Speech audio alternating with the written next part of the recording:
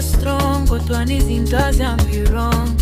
Mina ngiyathandaza baby, kodwa lo mngani wakho uyangidala crazy.